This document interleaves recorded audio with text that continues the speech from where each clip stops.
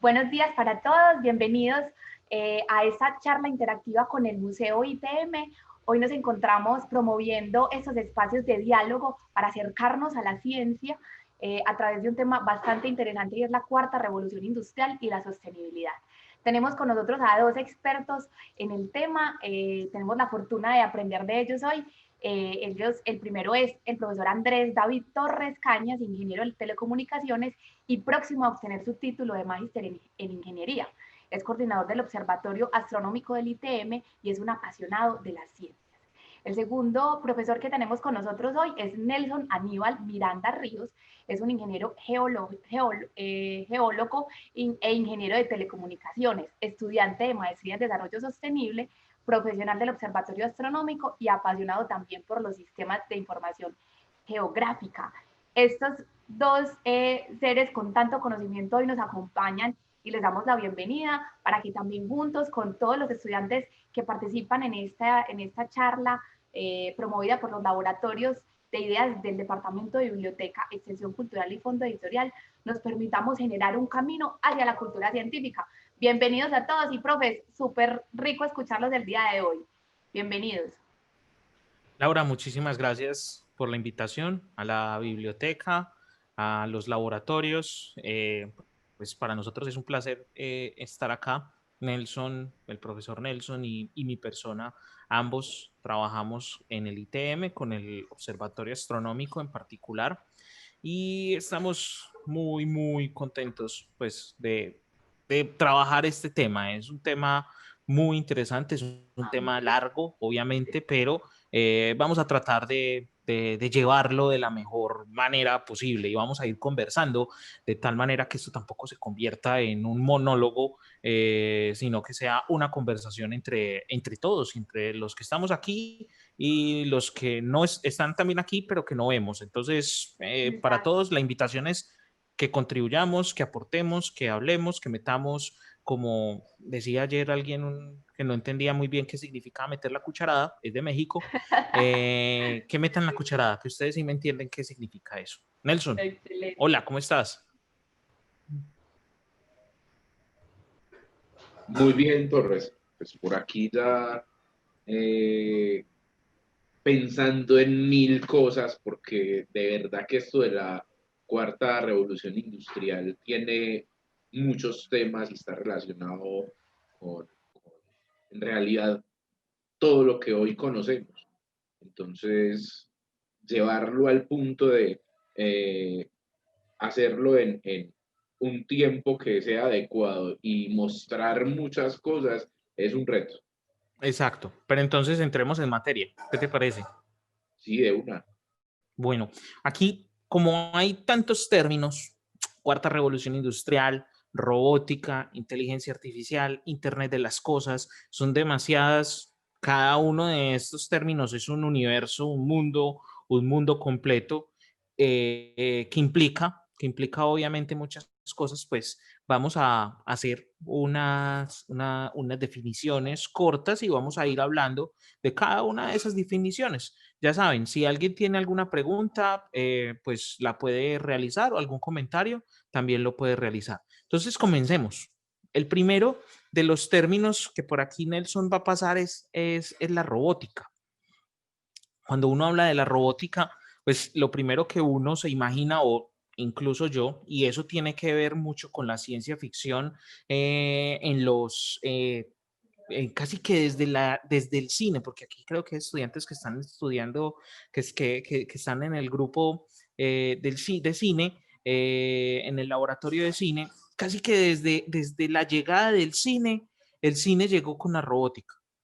Y la robótica, pues de alguna manera ha sido una gran fuente de inspiración para lo que hoy nosotros tenemos. La robótica definida como un término apropiado es un campo de conocimiento que se encarga de construir robots. Entonces, obviamente hay que definir qué es un robot. Un robot, entonces, lo podemos pensar como una entidad virtual o física que está construida por nosotros, aunque Ya hay robots que construyen robots, entonces no necesariamente debe ser un ser humano el que construya un robot, también puede ser un robot el que construya un robot y que tiene como objetivo realizar una acción, siempre. Torres, entonces aquí surgiría una pregunta y es, ¿todo robot tiene que ser humanoide? O sea, tiene que parecerse físicamente a los humanos. No necesariamente. Porque, por ejemplo, en la fotografía hay brazos robóticos que no van a parecerse en nada de un humano. Hay robots que no tienen en lo absoluto una similitud con un humano y hay robots que no, ni siquiera tienen un cuerpo físico, pero siguen siendo robots. Son entidades, entonces, en este caso, virtuales, que están realizando una acción. Por ejemplo, yo no sé, Nelson, ¿tú qué piensas? Un programa de computadora sería un robot. A eso iba. Y es que conozco el concepto de robot de un programa que es capaz de ayudar a instalar otros programas. Entonces, por ejemplo, cuando instalo el QGIS, que me es muy útil, yo podría hacer un robot para instalar el QGIS, que es un programa que normalmente utilizo, pero que me instale también un bloc de notas para yo poder escribir programas y me instale, por ejemplo, un compilador de Python. Y ese Ok. programita lo único que hace es que los llama. Entonces, para mí ese sería también un robot. Cumple con un objetivo y es la realización de una acción desde su concepción. El robot muchas veces no piensa, digamos que el término pensar es una cosa también muy extraña, que significa pensar, y eso ya lo vamos, pues por lo menos digamos que tengan ustedes eso en sus cabezas, que para nosotros, ¿qué significa pensar? Porque la clave de la diferencia entre nosotros y cualquier cosa que se pueda denominar un robot es que en algunas ocasiones nosotros pensamos y ellos no. Yo quería decir una cosa muy importante y es que esto no puede tampoco salirse del contexto de que la robótica y los robots se construyen muy lejos de nosotros. En el ITM tenemos un laboratorio de robótica y no es cualquier laboratorio, es un laboratorio bastante avanzado que trabaja sobre bastantes temas. En este laboratorio, Nelson tuvo algo que ver con uno de estos equipos, con un manipulador industrial que se llama KUKA, que es un brazo robótico que utilizan y de pronto ustedes podrían recordarlo de plantas ensambladoras de vehículos, por ejemplo, esos brazos que es como solamente un brazo que hace una actividad. En el ITM hay uno de esos a los que ustedes como estudiantes y obviamente con unos intereses académicos pueden empezar a acceder a este tipo de laboratorios. Nelson, ¿tú conoces ese laboratorio? Sí, aunque lo movieron, pero él estaba en el primer piso del ITM de fraternidad. En el laboratorio, lo que se hacía era hacer los mejores programas para que el robot, que es un brazo, se optimizara. Entonces, los estudiantes de diversas carreras podían interactuar con él. Muchos de ellos de carreras como electrónica y demás, pero ¿por qué no pensar en las personas de producción? Porque mejorar la optimización de ese brazo también va a mejorar la producción de elementos. Claro.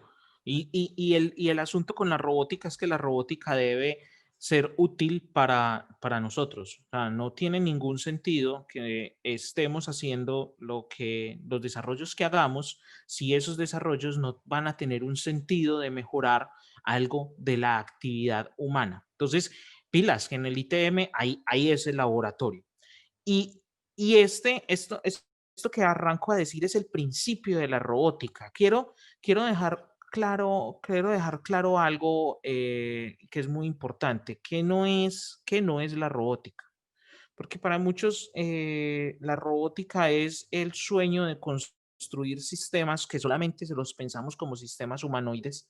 Tal vez eso tiene mucho que ver, como les digo, con la cultura del cine, con el hecho de que un robot humanoide se pueda mover, no sé, robotina eh, de los supersónicos, ese robot que cuando se equivocaba hacía un sonido muy particular, o esta otra de Perdidos en el Espacio.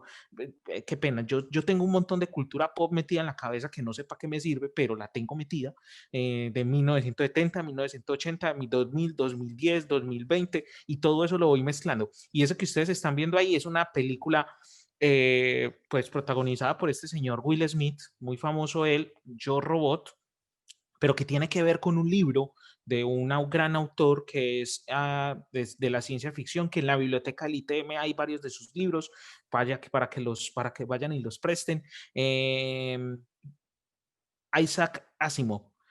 Asimov hizo para allá, para mediados del siglo XX, arrancó, antes de la década de los 50, de hecho, hizo el primer compendio de las normas que deberían, de las reglas que deberían cumplir los robots. En esta película hablan de eso, digamos que el contexto de la película es ese. Pero en esta película hay una combinación entre robots y robots malvados, y eso es algo que siempre hemos pensado que debería terminar sucediendo. Por algún motivo, siempre que pensamos en un robot, pensamos en un robot malvado. Entonces, Yo Robot, Terminator, no sé qué otras, en cuáles más han salido robots malvados, pero siempre hay un robot malvado.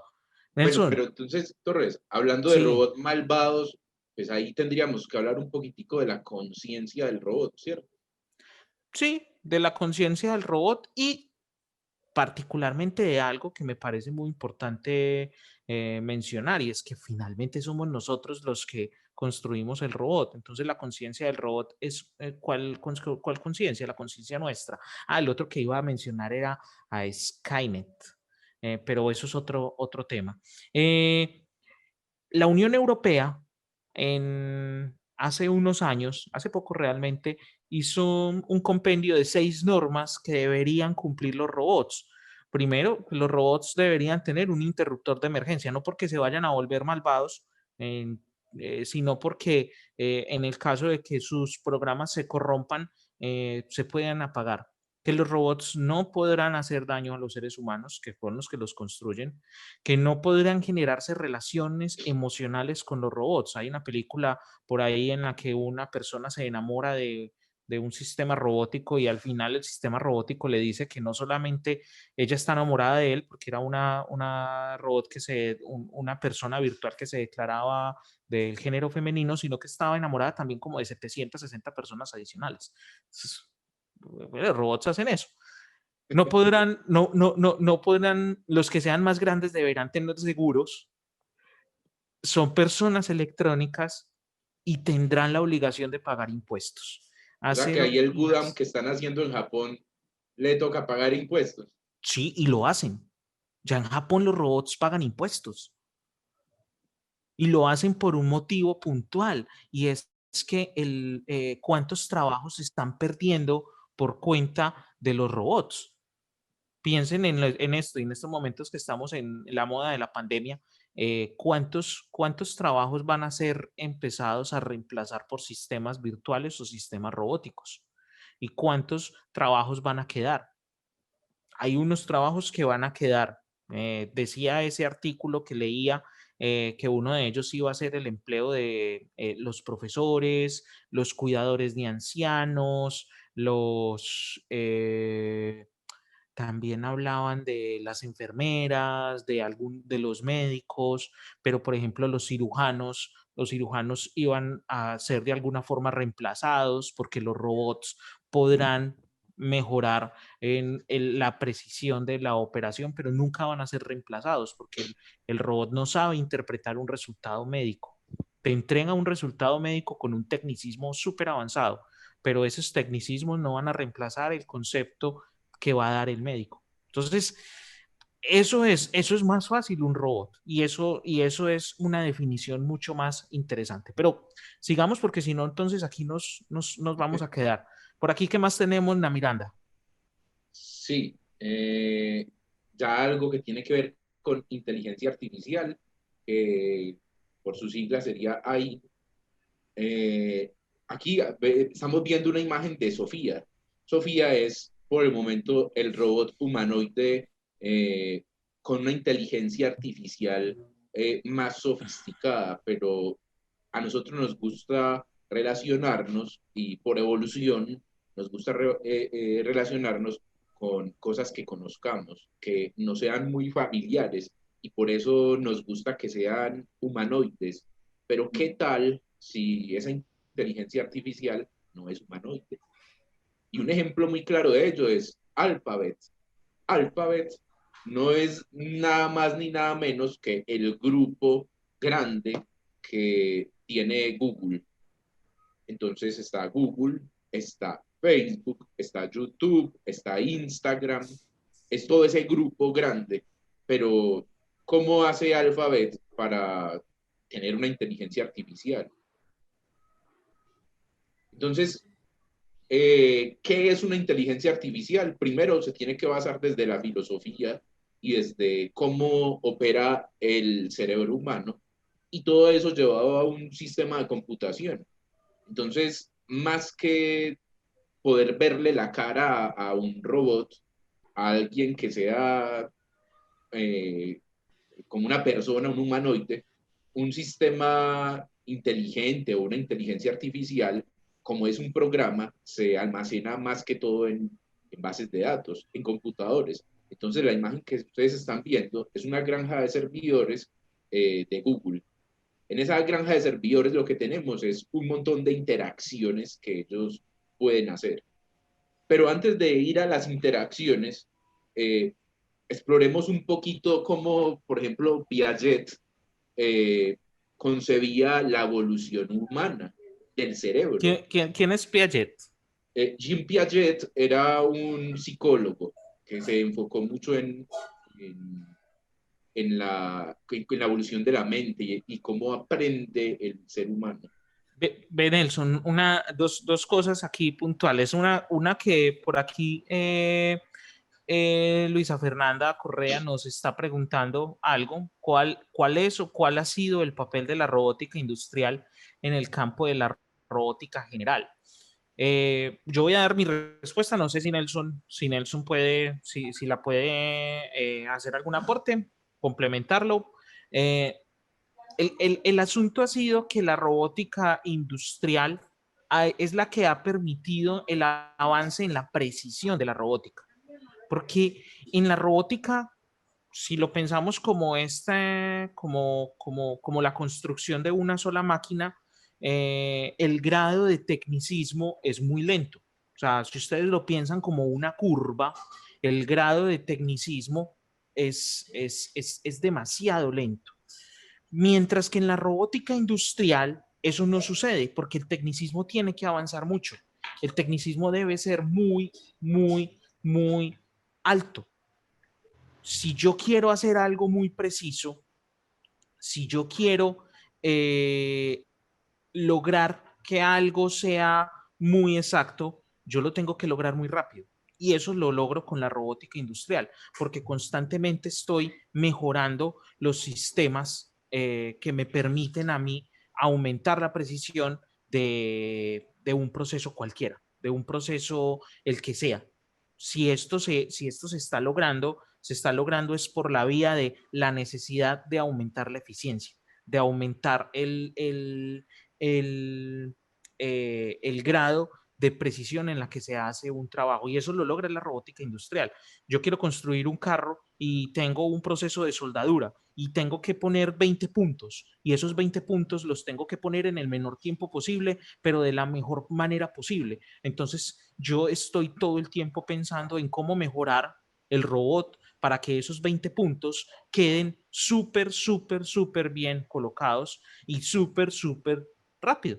¿Por qué? Porque mientras mejor colocados estén, más calidad hay, pero también mientras menos tiempo se demoren, más eficiencia hay y más plata se está ahorrando la empresa. Entonces, el Torres, aporte es ese. Dime. pero aquí no podemos como desconocer también un movimiento llamado los luditas en el siglo XIX, que viendo todo el auge tecnológico y que ese auge tecnológico les quitaba trabajo a las personas, ellos fueron en contra de lo que era la tecnología, destruyendo lo que para ellos representaba una amenaza en ese Ah, entonces. claro, ¿Cierto? claro, claro. Y en este momento, pues todavía existen comunidades que se niegan al uso de la tecnología. Los menonitas en Estados Unidos son una de esas comunidades que quieren vivir como en la Alemania del siglo XIV, del siglo XV, a punta de carreta, y eso está bien. Bueno, Nelson, la inteligencia artificial mm, es inteligente. A eso iba. Y es que Piaget hace como una secuencia de cómo aprendemos nosotros. Lo primero es que cuando somos bebés tenemos que aprender cómo a movernos, a interpretar el mundo a partir de causa y efecto. Y es que si algo sabe rico, entonces lo volvemos y lo hacemos. Si algo no sabe rico, dejamos de hacerlo. Y miramos es cómo podemos interpretar el mundo a partir de los sentidos. Por ejemplo, lo que no podemos tocar, ver y oler, lo que no podemos sentir, para nosotros no existe. No tenemos una conciencia en esa época de ser bebés, de que la mamá existe, pero está en otro lugar, por ejemplo, ¿cierto? Tenemos que verla y sentirla para que podamos decir que es verdad. Luego, Piaget dice que existe como una conciencia preoperacional que se forma como de entre los 2 hasta los 7 años, en donde ahí ya podemos entender ciertos símbolos, aunque no tenemos un cuidado especial o un autocuidado, o sea, no tenemos un autocuidado. Luego vienen unas operaciones más concretas donde ya sí viene las premisas de conservación propia y pensar sobre los demás, o sea, ponernos en los zapatos de los demás. Ahí ya sí tendríamos una visión de, de, de otras personas, podríamos tener las perspectivas de otras personas o asumir las perspectivas de otras personas. Y finalmente, unas operaciones formales que en realidad es un pensamiento deductivo, mientras que el otro era inductivo, es si yo fuera tal persona, ¿cómo actuaría? Este deductivo tiene que ver más con la abstracción del conocimiento. Con si yo digo una frase, pues no tiene que ser exactamente lo que dice la frase. Por ejemplo, árbol que nace torcido, jamás su tronco endereza, no se refiere a los árboles ni a que está torcido, sino que se refiere a ciertos lineamientos y depende mucho del contexto del que se está hablando, ¿cierto? Entonces, ¿en dónde estamos hoy en la inteligencia artificial? Podríamos llegar a esa segunda parte en donde son capaces de entender símbolos y no llegamos a la parte en donde el robot sea capaz de entender cómo está el otro. O sea que un robot en la actualidad podría tener la inteligencia de un niño de 7 años, por ejemplo.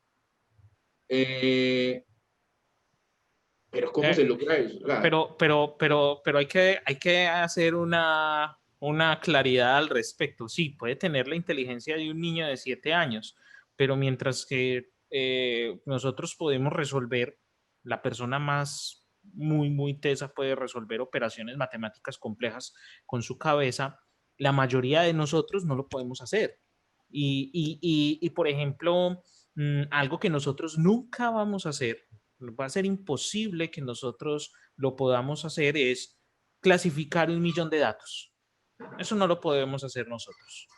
Nosotros, si nos ponen 1 millón de nombres y nos dicen cuántas veces se está repitiendo este nombre, eh, ese millón de nombres a nosotros nos va a tomar 1 millón de años hacerlo. Mientras que si le ponemos 1 millón de datos a un computador, el computador va a coger y ¡pa! Y te va a entregar el resultado inmediatamente. En ese sentido, es más inteligente el computador que el ser humano. Pero de otra manera, de otro lado, si yo tengo un computador y tengo una persona enferma y tengo un ser humano, el computador no va a comprender que hay una persona enferma. Y si lo comprende, le va a decir, usted está enfermo, tómese tal cosa. Mientras que el ser humano va a comprender que Ujú. la persona enferma necesita no solamente de un cuidado médico, sino que también necesita de un cuidado, que podríamos decir un cuidado humanista, comprensión, calidez. Eso todavía no lo han logrado los sistemas de inteligencia artificial. Pero en Torres, la mayoría de las cosas, para nosotros se vuelve transparente esto. Nelson, dime. sí, que ahí donde estamos, surge como una dicotomía ahí toda rara, y es que eh, pensando en el ser humano, cuando somos niños aprendemos rápido, muy fácil. Cuando somos adultos, ya no tan fácil. Y eso tiene que ver con la sinapsis que podemos hacer. ¿Qué pasa? Que nosotros cuando somos niños podemos hacer esquemas en la mente de forma muy rápida. Cuando somos adultos, de acuerdo a nuestra experiencia, ya somos un poco más reservados, un poco más cautelosos para hacer esos esquemas nuevos. Eso lleva a dos cosas, a que el niño aprenda así, rapidísimo, el adulto se demora un poco más para aprender, pero los niños son crédulos, los adultos ya no son tan crédulos. Y si nos vamos a un sistema de estos, entonces esos sistemas son crédulos. Si yo le meto información basura, voy a obtener resultado basura, ¿cierto? Entonces, Pero por con eso un, todavía están en con un una grado de fase, eficiencia altísimo. ajá, Sí. Es basura bien procesada. exactamente. Vean, una cosa sobre esto que está mostrando Nelson en la imagen es una de las bases de la inteligencia artificial, es la programación neuronal. Neurona no la comprendan como una entidad que tiene unas características internas, sino como una asociación que nosotros hacemos al sistema de funcionamiento de nuestro cerebro, al sistema nervioso de nuestro cerebro, en donde lo más importante no es la cantidad de individuos, en este caso las neuronas, sino la cantidad de conexiones que esos individuos pueden hacer. Nosotros en el caso de los seres humanos, nuestro cerebro, si no nos hemos golpeado la cabeza, yo por ejemplo me la golpeé hace como 2 meses y creo que mi capacidad neuronal bajó un 3%, eh, eh, tenemos más o menos entre 10.000 a 100.000 millones de conexiones sinápticas en el cerebro. Es decir, las neuronas se pueden estar conversando con 10.000 a 100.000 millones de veces con las otras neuronas que hay. Yo no recuerdo exactamente la cantidad de neuronas que puede tener el cerebro humano, pero sí hay una cosa muy interesante sobre de las pocas cosas que ocurren toda la vida en el cerebro, y es que las conexiones sinápticas siempre se están haciendo, van degradándose. Hay enfermedades que las degradan, el Alzheimer es Alzheimer, una por de ejemplo. esas, por ejemplo, que las degrada, que degrada las conexiones sinápticas, pero siempre se están haciendo conexiones sinápticas. Y eso es un modelo y un esquema de programación actual, vigente. Ahora, para lograrlo, ¿qué hay que realizar? Nelson, ¿vamos a seguir Sí, o qué? sí. O sea, aquí voy a hacer algo muy sencillo y es mostrar que siempre hay una entrada y se procesa la entrada. Ese procesamiento de la entrada es como la neurona de entrada, o sea, sería como en el humano, como la neurona sensitiva, la que es capaz de sensar, tocar, oler, ver, ¿cierto? Hay una capa oculta que sería como nuestro cerebro, en donde se le entrega información, pero ella es capaz de entregar información hacia la capa de resultados y entregar información para atrás a decir, no, eso que usted me entregó no está bien, no, eso que usted me entregó está muy bien, ¿cierto? Y se hace la sinapsis, se hace la conexión, se establece de acuerdo a cuáles son las mejores conexiones que se pueden hacer, ¿cierto? Ok, Entonces, por eso cuando uno es niño no sabe muchas cosas, pero ya siendo adulto ya la hace más rápido. El objetivo aquí es lo mismo, que empezando la programación, pues no es tan bueno el programa, pero a medida que se va entrenando, va siendo cada vez mejor. Y la capa de resultado coge todas las capas ocultas y las lleva a simplemente entregar un resultado de la inteligencia artificial. Por ejemplo, un chatbox que le dice, ¿cómo está? ¿Qué necesita saber usted de este banco, por ejemplo, en Bancolombia? Y entonces le van entregando a uno información. Eso es una inteligencia artificial. Bueno, por aquí nos está diciendo Diego que en el encéfalo de una persona adulta pueden haber más o menos 100.000 millones de neuronas. Entonces sí estaba como que mi capacidad neuronal no disminuyó tanto después del accidente. Sí tenía como más o menos la cantidad de números que era. Gracias, Diego. Bueno, eso entonces, robótica, inteligencia artificial es en este caso el resultado o una combinación que va a generar un resultado que todos los días, se los aseguro, todos los días, a partir de hoy, ustedes van a estar más involucrados. Y es el Internet de las cosas. Todo va a estar conectado. Nos vamos a conectar a unos niveles que no estamos sospechando en este momento. Ya hay personas que están conectadas biológicamente a Internet. No de la manera como la ciencia ficción nos lo ha mostrado, que es una conexión, uno hace cosas en la cabeza y suena un sonidito agudo, nada de eso, eso no es lo que está sucediendo. Pero sí, por ejemplo, en Colombia, y eso es un ejemplo muy importante, en Colombia, desde este año, ya las personas, los ciudadanos colombianos, pueden empezar a solicitar la expedición de su cédula electrónica. Y su cédula electrónica va a ser un documento digital diferente a la cédula de ciudadanía que nosotros mantenemos en nuestras carteras, en nuestras billeteras o en donde las necesitemos, que siempre la debemos llevar.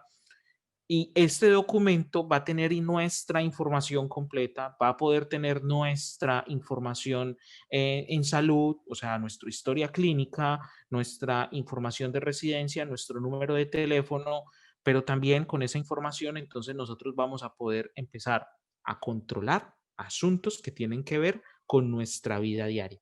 Y eso es básicamente el control que se hace sobre el Internet de las cosas, controlar teléfonos, controlar sensores, controlar neveras, controlar aires acondicionados, controlar persianas, controlar la hora en la que se encienden las luces, la hora en la que se apaga.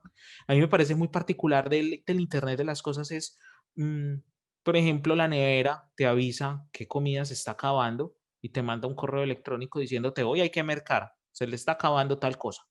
Entonces, nosotros estamos atendiendo a las sugerencias que ya no estamos haciendo, ya nosotros no lo estamos viendo, sino que nos la están haciendo los electrodomésticos que están siendo programados para eso.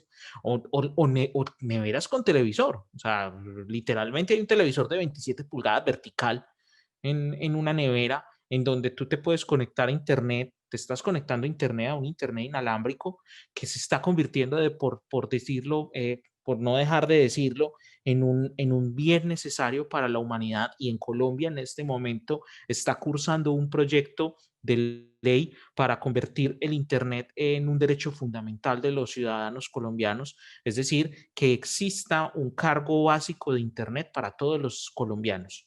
Lo único que le hace falta a los celulares, a los smartphones, ser neveras y ser lavadoras. Sí, Sí. técnicamente sí. Por ejemplo, No sé cómo se convertirá un celular en una nevera o en una lavadora, pero... O posiblemente, y meto la cucharada, profes, pues para hacer también como un poquito este apertura que también otros estudiantes lo puedan hacer, pero también me sugieren la pregunta con respecto a esta temática de Internet de las cosas, porque finalmente yo creo que una lavadora es lavadora, pero también puede ser teléfono. Yo creo que la relación es primero lavadora y después teléfono. Pero El la teléfono, pregunta, Oriente, Sí, sí, El teléfono no podrá ser lavadora, pero la lavadora sí podrá ser teléfono, sí, claro. Ajá. Si uno está lavando y lo llaman y uno contesta de la lavadora. No está, eso está no está muy lejano. Bueno, listo, muy ya me interesante. imaginé algo, pero sigo con algo que contesta uno, No, aquí estoy, eso. Laura, qué nos querías decir?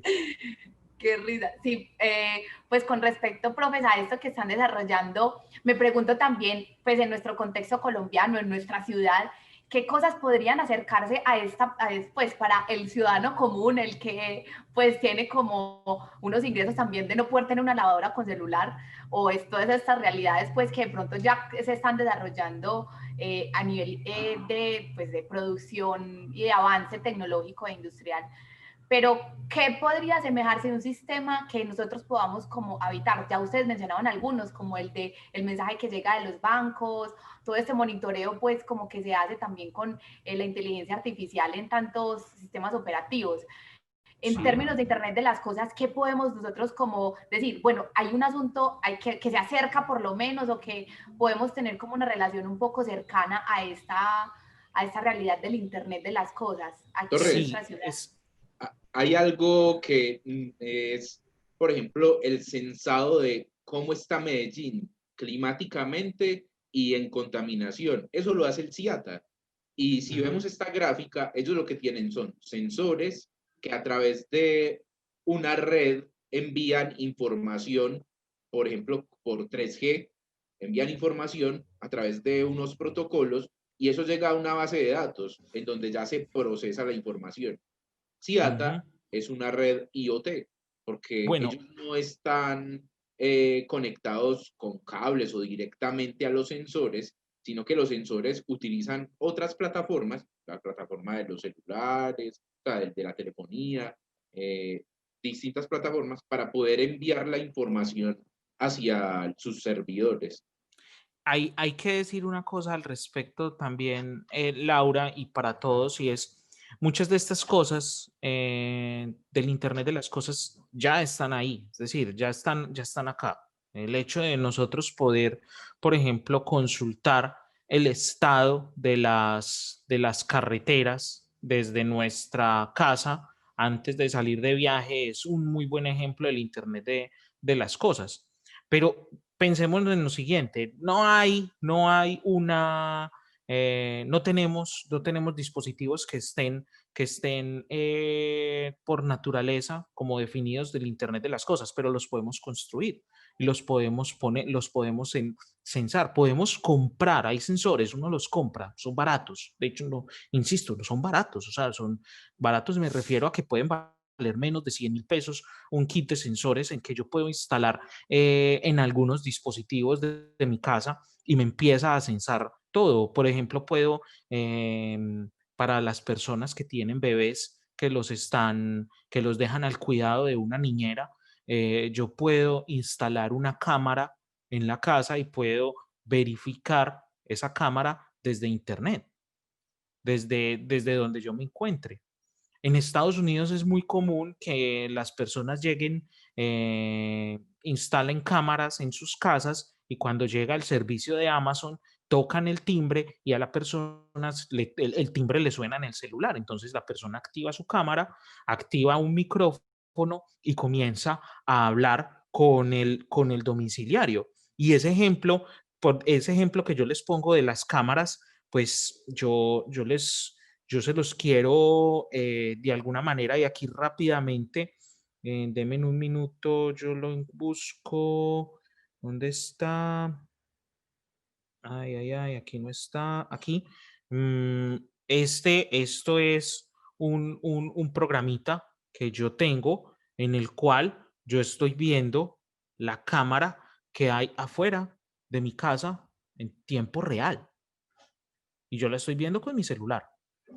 Entonces, ese tipo de conexiones y ese tipo de hiperconexiones ya están y no son costosas. Y eso entonces es a lo que ya vamos como para ir terminando este espacio y es, hey, ¿cómo está en Colombia esto?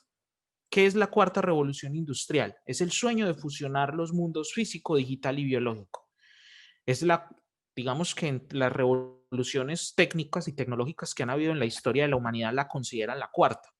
Y esta incluye el desarrollo de diferentes áreas como la robótica, que ya la hablamos, la inteligencia artificial, que ya la hablamos, el blockchain, que no lo hemos hablado, pero es un sistema de encriptación y de monitoreo y de transferencia de información brutalmente poderoso, la nanotecnología, el Internet de las cosas, la computación cuántica, wow, computación cuántica, vamos a pasar a otro nivel, la biotecnología, la impresión en 3D y los sistemas autónomos, los vehículos autónomos.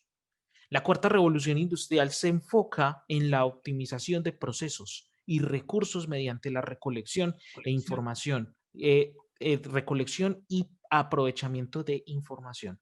La clave en este momento para triunfar en el mundo es si tú conoces los datos y tú sabes manejar y procesar los datos, serás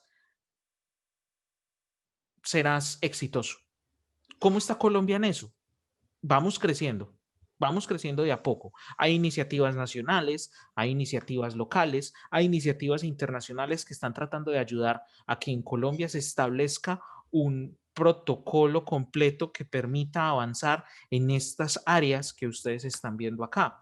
Hay países que nos llevan muchos años de ventaja y no son países muy lejanos. Argentina, por poner un ejemplo, Chile, por poner otro ejemplo, México, por poner otro ejemplo, países de habla hispana, ya están muy avanzados en esto y nosotros pues vamos a ir avanzando de a poco. Así que la invitación es obvio.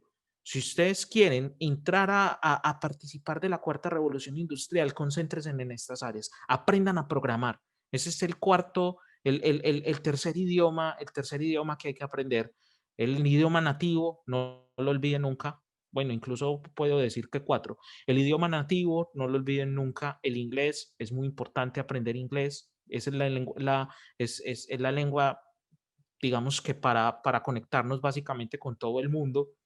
Los lenguajes de programación y aprendan un cuarto lenguaje, el lenguaje de las matemáticas, que como el inglés y como el español y como la programación es un conjunto de reglas. No hay que tenerle Ese miedo a sería el las lenguaje matemáticas. universal por definición, las matemáticas. Sí, con su interpretación más interesante que es la física. Ah, bien, eh, sigamos aquí y avancemos. Yo tengo ahí, aquí hay dos ejemplos y yo creo que en este punto yo les voy a ofrecer anticipadamente unas disculpas porque yo en unos minutos debo retirarme de la conversación, pero pues, Nelson va a estar aquí otro ratito con ustedes y pues mi compromiso que lo hice con Laura es, si ustedes quieren, después podemos nuevamente seguir tocando de estos temas. Si los aburrí, háganme en una escala de 1 a 5. Entonces, 5 muy aburrido, 1 no muy aburrido. Lo voy a poner al revés. Ustedes me calificarán de 1 a 5. Si no fui aburrido, me ponen un 1. Y si fui muy Yo creo aburrido, que un 5. esa escala queda pequeña, quedamos con un montón de como expectativas ahí de preguntas porque ha sido bastante interesante todo lo que nos han contado hasta hoy. Yo creo que Bueno, es entonces bacano que nos yo quiero, dejas con muchas preguntas. yo quiero que miremos estos dos ejercicios que yo les planteo. Ahí está un ejercicio que es el Google Maps, y eso es un claro ejemplo de inteligencia artificial, de Internet de las cosas y de algo más, Nelson. Y de robótica, sí. Pues el ejercicio es el siguiente. Todos tenemos, o bueno, la mayor parte, porque ha permeado mucho esta tecnología, smartphones. Eh, Esos smartphones normalmente se conectan con Google, ¿cierto? Entonces, ¿qué tal si en estos momentos ustedes van a la parte de Google Maps? En Google Maps aparecerán ustedes logueados con la cuenta de Google. ¿Qué hace Google? A Google le gusta mucho capturar nuestra información. ¿Y para qué? Para darnos las mejores recomendaciones. Para él poder decir, ve, ustedes están cerquita de tal lado, entonces ve y visita este otro lugar que es interesante. Ve y haz esta otra cosa que también puede ser algo interesante para ustedes. Ustedes cuando estén ahí en Google Maps van a ir a una parte, aquí aparecerán como 3 rayitas a veces o una tuerquita y le dan ahí y luego va a aparecer como esta línea que se llama tus rutas.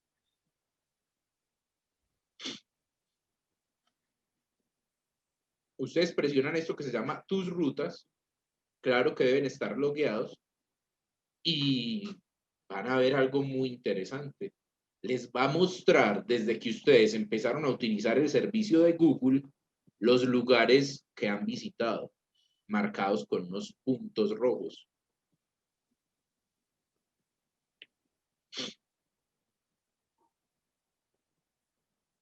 Vuelvo y digo, entonces entran a Google Maps. En Google Maps le dan a las opciones que van a aparecer aquí en el lado izquierdo superior y en tus rutas.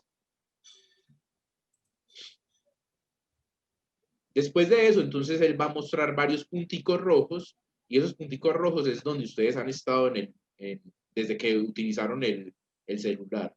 Cuando ustedes dicen, ve, yo quiero mirar en el 2018 qué fue lo que hice, le hace una estadística de dónde estuvieron ustedes. Yo, por ejemplo, la estadística decía que yo iba de la casa al trabajo y del trabajo a la casa. Literal. Que, pues una ruta súper variada, pero probablemente también te sugiera sitios por alrededor de ese punto.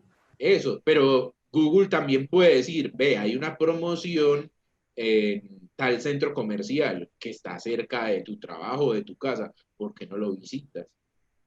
Si yo me pongo a buscar en Google, por ejemplo, sobre, digamos sobre licuadoras, que quiero comprar una licuadora, y empiezo a buscar, entonces me dice, ve, hay 50% de descuento en el Éxito que queda de por tu casa, hay un 50% de descuento en licuadoras, y uno ve, qué tan a propósito vamos a comprar.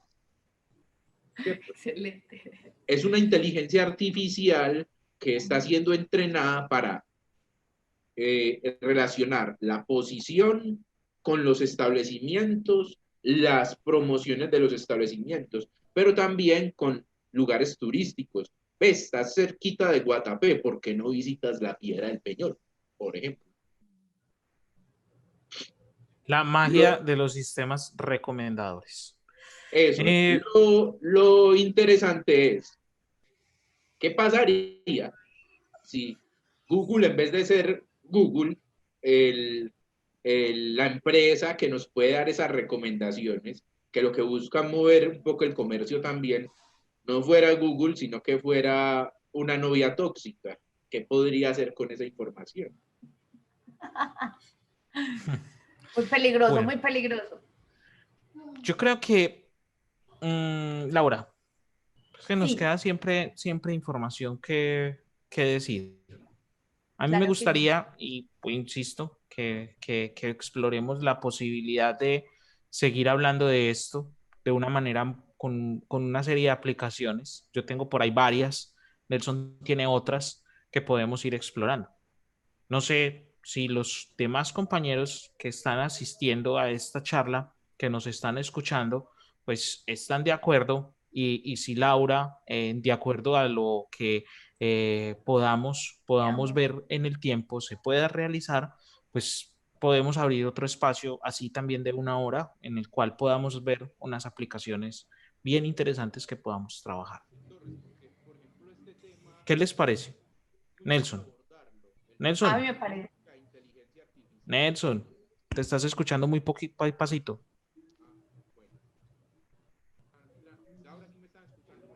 Nelson siempre, Nelson siempre le A pasa, veces, se le daña el celular.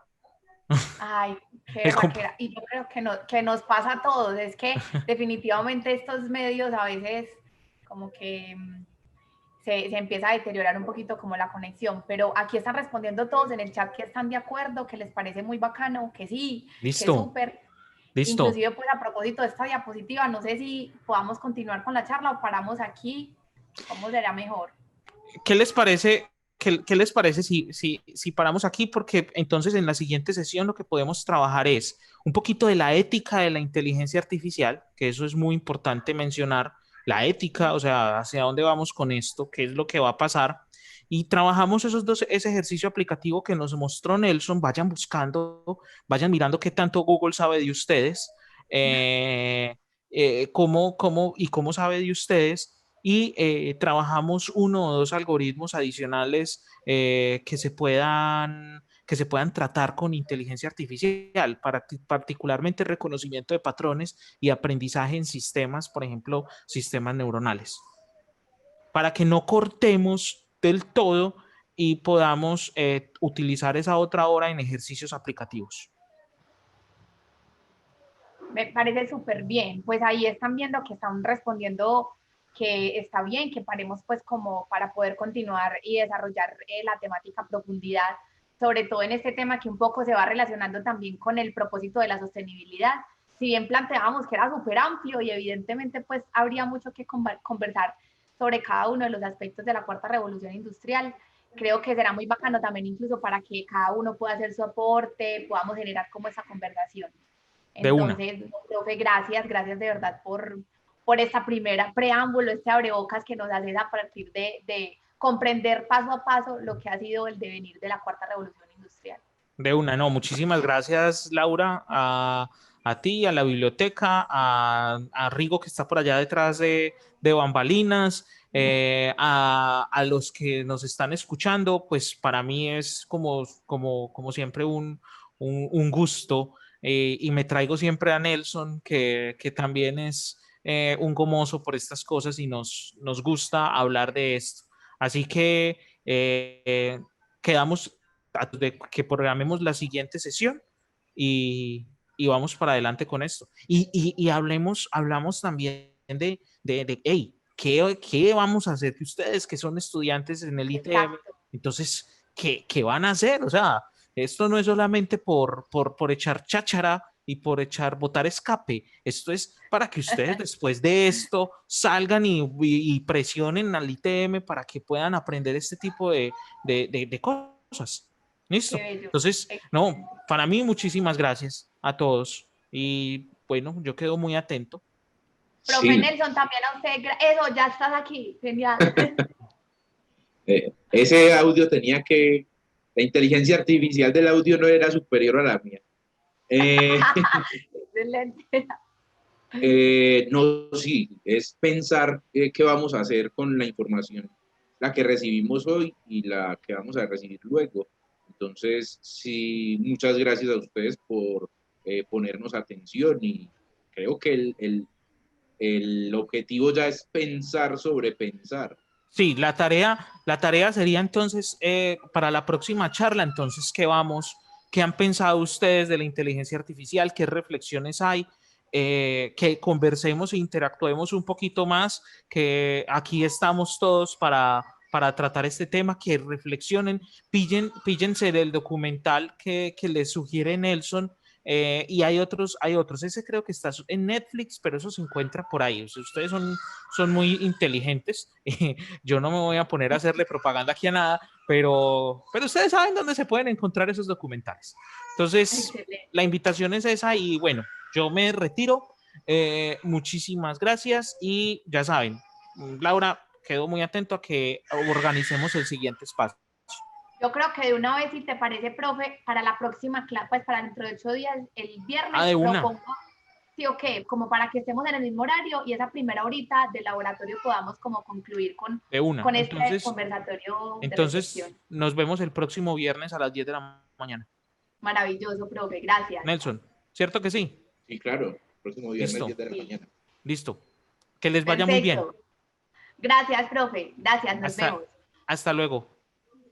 Gracias a ti, profe. Bueno, y al profe Nelson también, gracias. No sé si podamos conversar un poquito más al respecto. Si tiene tiempo también usted, si no, con tranqui también concluyamos.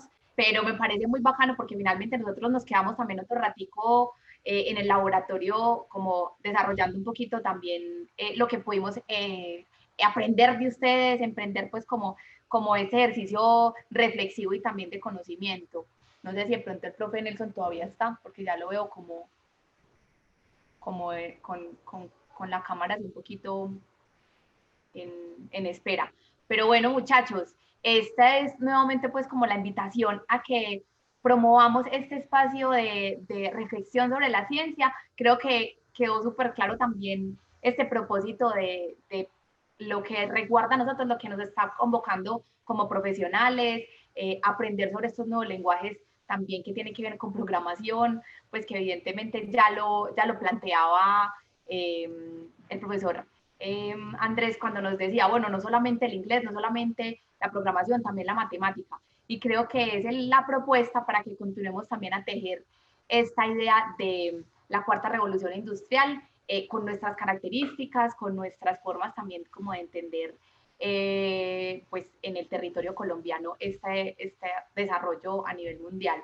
No sé si alguien quiera compartirnos algo o si no concluimos este primer ejercicio de las charlas interactivas. ¿Alguien quiere compartir su aporte o su reflexión sobre esta primera charla? Creo que todos están como ahí súper pilosos.